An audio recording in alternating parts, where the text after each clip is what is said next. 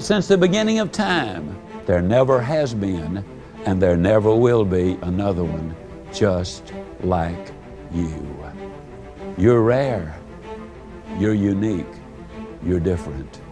You were designed for accomplishment. You're engineered for success.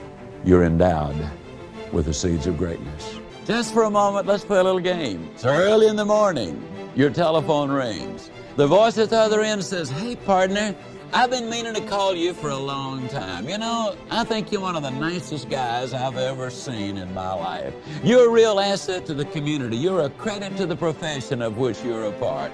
What a delight it is to be able to call you friend. You know, I wish that you and I could spend more time together, because every time I'm with you or around you, I'm so much more enthusiastic. I do so much better. You know, if I could spend 20 minutes a day with you, my life would be wonderfully rich, and I could just do so much more. And I know I should have called you and told you this years ago, but I, for whatever reason, didn't do it, and I just wanted to do it now. I look forward to the next time I can see you and we can spend some time together. See you later."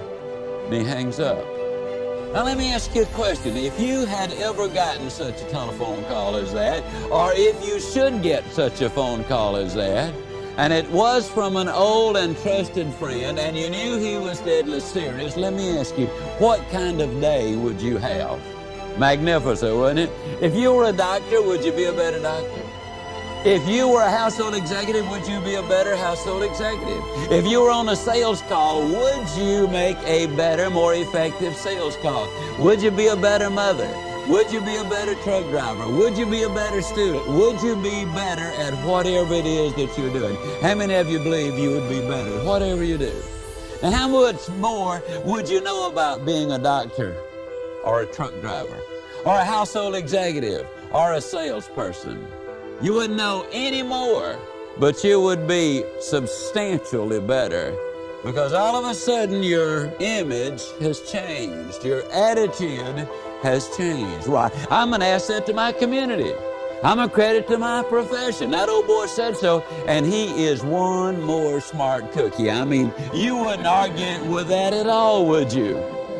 The truth is, you would feel better, do better, and be better, because you would think a little more of yourself. Now, since that would make you feel so much better, let me ask you a question.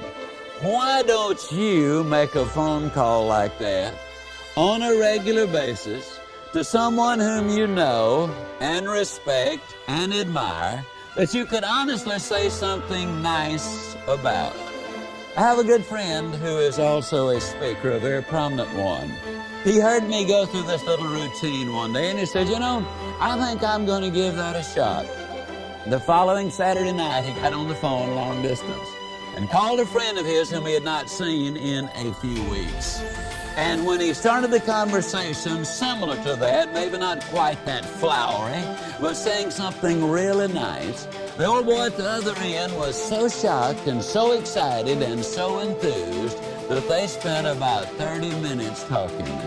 My friend said that when he put that telephone down, he was just hiring a kite. And so consequently, every Saturday night, he does that. See, you can have everything in life you want if you'll just help enough other people get what they want. But now you've got to understand that is a concept, that is a philosophy, that is not a tactic. If you do that with the idea that if I'm going to do this for you and I expect you to do something for me, it does not work. Now, the reason that works both for the recipient and the one who places the call is it follows a good basic human relationship principle. The need to feel important has been described as the most important function in our life. And unless we can be, on occasion, made to feel important, we're not going to be functioning at our best. As we look at self-image here, and that's exactly what we're talking about, a telephone call that you receive or you make would make you feel better. It would do something for your self-image. Now, how important is your image? Dr. Joyce Brothers says that the way you dress, the occupation you choose, the mate you select, the moral conduct, and all of these things are tied to the picture we have of ourselves. It is true that we cannot perform in a manner which is inconsistent with the way we see ourselves.